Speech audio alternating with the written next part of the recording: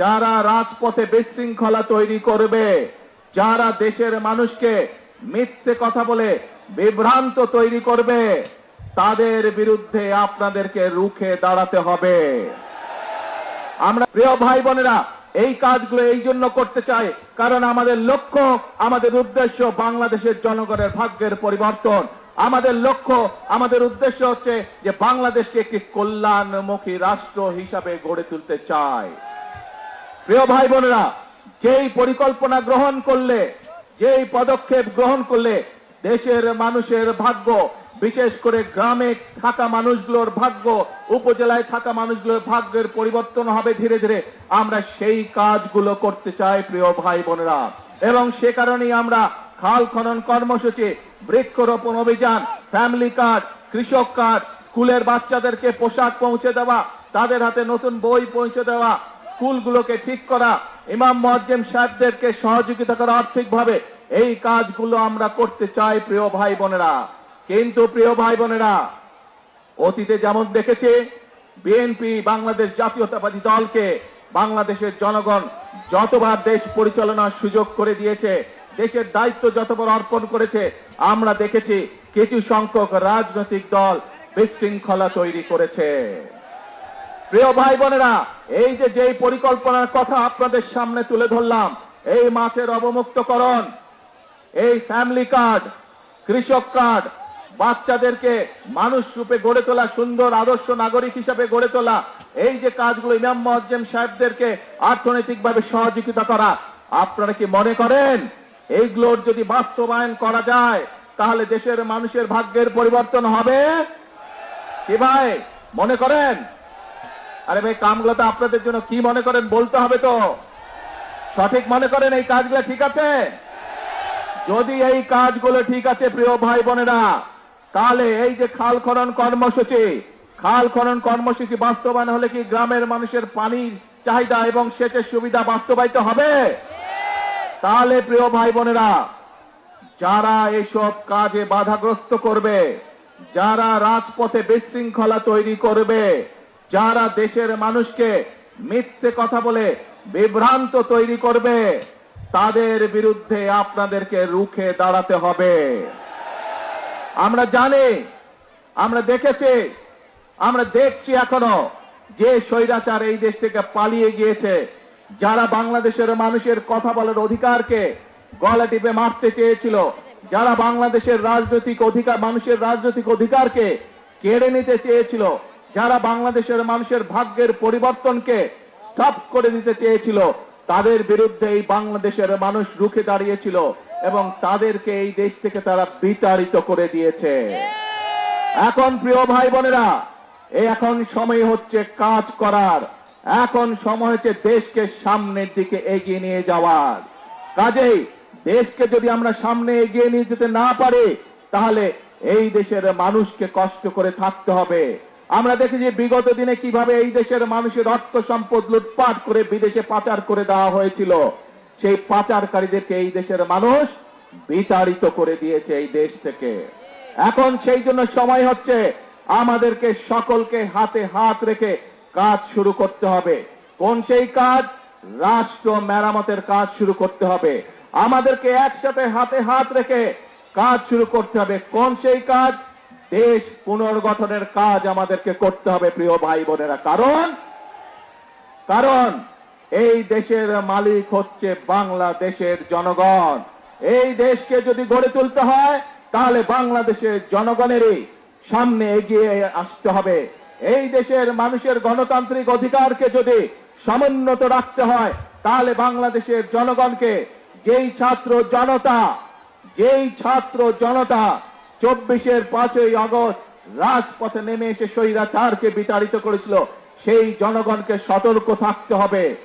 যারা এই দেশের মানুষের স্বার্থের বিরুদ্ধে কথা বলবে, যারা এই দেশের মানুষের জন্য নেওয়া বাস্তব পদক্ষেপগুলোতে বিশৃঙ্খলা তৈরি করবে, তাদের ব্যাপারে আমাদেরকে সতর্ক থাকতে হবে।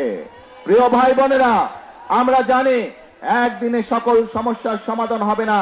যেভাবে স্বৈরাচার এই দেশের অর্থনীতি বলেন, এই দেশের পররাষ্ট্রনীতি বলেন, এই দেশের শিক্ষা ব্যবস্থা বলেন, এই দেশের স্বাস্থ্য ব্যবস্থা বলেন, প্রত্যেকটি ব্যবস্থাকে ধ্বংসপ্রাপ্ত করে দিয়ে গেছিল। সেই আমরা সরকার গঠন করার পরে দেশের সকল অবস্থাকে আমরা ধ্বংসপ্রাপ্ত পেয়েছি। সেজন্যই প্রিয় ভাই বোনেরা, আমাদেরকে ধ্বংস থেকে গড়ে তুলতে হচ্ছে।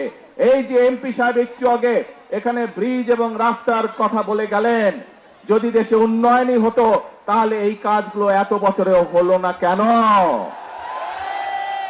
এই জন্যই হয় নাই, কারণ এর আগে যারা দেশের শাসনভার দখল করে রেখেছিল তারা জনগণের ভোটে নির্বাচিত ছিল না, তারা জোর করে ক্ষমতা দখল করে রেখেছিল এবং সেজন্যই তারা জনগণের জন্য কোনো কাজ করে নাই।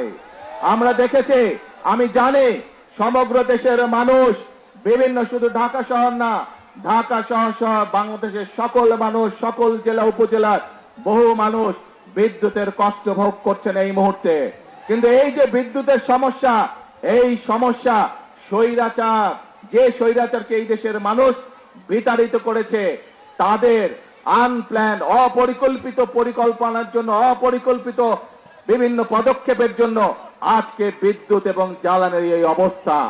প্রিয় ভাই বোনেরা, আপনারা যেহেতু বিএনপিকে নির্বাচিত করেছেন, বিএনপি দেশের মানুষের দল, বিএনপি এদেশের স্বার্থেই কাজ করবে, বিএনপি এদেশের মানুষের স্বার্থে কাজ করবে। আজকে এখানে দাঁড়িয়ে আপনাদের সামনে আমি বলতে চাই, এই আগামী 27 তারিখে আবার জাতীয় সংসদের অধিবেশন শুরু হবে। সেই জাতীয় সংসদ অধিবেশনে আপনাদের দল, আপনাদের সরকার দেশের মানুষের সামনে জাতীয় সংসদের মধ্যে উপস্থাপন করবে কিভাবে আমরা ইনশাআল্লাহ আগামী 10 বছর এই দেশের বিদ্যুৎ সমস্যার সমাধান করব। সেই পরিকল্পনা আমরা দেশের জনগণের সামনে উপস্থাপন করব পবিত্র জাতীয় সংসদে। প্রিয় ভাই বোনেরা, আজ বিদ্যুতের সমস্যা নিয়ে এই যখন সমস্যা, এই যখন সংকট, যে কোনো সংকট যদি মোকাবেলা করতে হয় ধৈর্য ধারণ করতে হবে আমাদেরকে। যে কোনো সংকট যদি মোকাবেলা করতে হয় ঠান্ডা মাথায় পরিকল্পনা গ্রহণ করে ধীরে ধীরে সংকটের মোকাবেলা করতে হবে। কিন্তু আমরা দেখছি এই সংকটের সুযোগ নিয়ে কিছু সংখ্যক ব্যক্তি রাস্তায়, রাজপথে বিশৃঙ্খলা তৈরির চেষ্টা করছে। রাজপথে যদি বিশৃঙ্খলা তৈরি হয় সবচেয়ে বেশি ক্ষতিগ্রস্ত হয় সাধারণ জনগণ, তাদের ব্যবসা বাণিজ্যের ক্ষতিগ্রস্ত হয়, তাদের চাকরি বাকরি ক্ষতিগ্রস্ত হয়, তাদের জীবনযাত্রা ক্ষতিগ্রস্ত হয়, কিন্তু উপকৃত হয় সেই সকল বিশৃঙ্খলাকারী। প্রিয় ভাই বোনেরা, প্রথমেই বক্তব্যের প্রথমেই আমি আপনাদের সামনে বলেছি আমাদের লক্ষ্য হচ্ছে আগামীতে একটি ওয়েলফেয়ার স্টেট গঠন করা, একটি কল্যাণমুখী রাষ্ট্র গঠন করা, এবং সে কারণে আমরা কি কি পদক্ষেপ গ্রহণ করছি আপনাদের সামনে আমি তুলে ধরেছি। এখানে আপনারা হাজার হাজার মানুষ সমর্থন দিয়ে বলেছেন যে এই পরিকল্পনাগুলো যদি বাস্তবায়িত হয় তাহলে বাংলাদেশের মানুষ উপকৃত হবে, তাই তো নাকি? তাহলে প্রিয় ভাই বোনরা, আজকে এই বক্তব্যের শেষে এসে আপনাদেরকে বলতে চাই, আপনারা যে সমর্থন দিয়েছিলেন 12 ফেব্রুয়ারি নির্বাচনে, সেই সমর্থনের উপরে আপনারা আস্থা ধরে রাখুন। ইনশাআল্লাহ আপনাদের নির্বাচিত দল বাংলাদেশ জাতীয়তাবাদী দল ইনশাআল্লাহ জনগণের জন্য অতীতেও কাজ করেছে, বর্তমানেও কাজ করবে এবং দেশ এবং জনগণের স্বার্থের বাইরে কোনো কাজ করবে না। প্রিয় ভাই বোনেরা, আসুন আজকের এই পোড়ামাছ অবমুক্তকরণের এই যে জনসভা, এই জনসভায় আমরা সকলে আজকে শপথ গ্রহণ করি। আমরা সকলে শপথ গ্রহণ করি, সকলে প্রতিজ্ঞা করি যে দেশের স্বার্থের বিরুদ্ধে যারা কাজ করবে, যারা বিশৃঙ্খলা তৈরি করবে, যারা জনগণের স্বার্থে নেওয়া বিভিন্ন কর্মসূচি বাধাগ্রস্ত করবে, তাদেরকে জনগণ জনগণের সকল শক্তি নিয়ে তাদেরকে প্রতিরোধ করবে। আছি নাকি আমরা দেশের শান্তি রক্ষায়? আসুন, যে কোনো মূল্যে আমাদেরকে দেশের শান্তি রক্ষা করতে হবে। মানুষ এখন, দেশের মানুষ এখন দেশের শান্তি চায়, দেশের মানুষ এখন শৃঙ্খলা চায়, আইনের শাসন চায়, দেশের মানুষ কর্মসংস্থান চায়, দেশের মানুষ তার সন্তানদের জন্য শিক্ষা চায়, দেশের মানুষ তার পরিবারের জন্য স্বাস্থ্য ব্যবস্থা চায়। এই কাজগুলো যদি করতে হয় আমাদেরকে তাহলে ধৈর্য সহকারে অবস্থা নিতে হবে, ধৈর্য সহকারে আমাদেরকে সময়ের জন্য ধীরে ধীরে সময়কে সুযোগ দিতে হবে এবং একই সাথে আমাদেরকে সতর্ক থাকতে হবে, যারা বিশৃঙ্খলা তৈরি করছে তাদের ব্যাপারে আমাদেরকে সতর্ক থাকতে হবে। আছেন নাকি আপনারা আমার সাথে? ইনশাআল্লাহ প্রিয় ভাই বোনেরা, আজকে এই পর্যন্ত বক্তব্য রেখে আমি আমার বক্তব্য শেষ করছি। তবে আপনাদের কাছে প্রত্যাশা, 12 তারিখে যেভাবে আপনারা সমর্থন দিয়ে আপনারা আস্থা রেখেছিলেন বিএনপির উপরে, পরিষ্কার ভাবে আমি বলে দিতে চাই, ইনশাআল্লাহ আপনারা আস্থা ধরে রাখুন। বিএনপি আপনাদের সাথে ছিল, বিএনপি বাংলাদেশের জনগণের পাশে আছে, বিএনপি বাংলাদেশের জনগণের সাথে আছে, বিএনপি বাংলাদেশের জনগণের জন্যই কাজ করবে যতদিন বিএনপি টিকে থাকবে ইনশাআল্লাহ। আল্লাহ হাফেজ। বাংলাদেশ জিন্দাবাদ, বাংলাদেশ জাতীয়তাবাদী দল জিন্দাবাদ।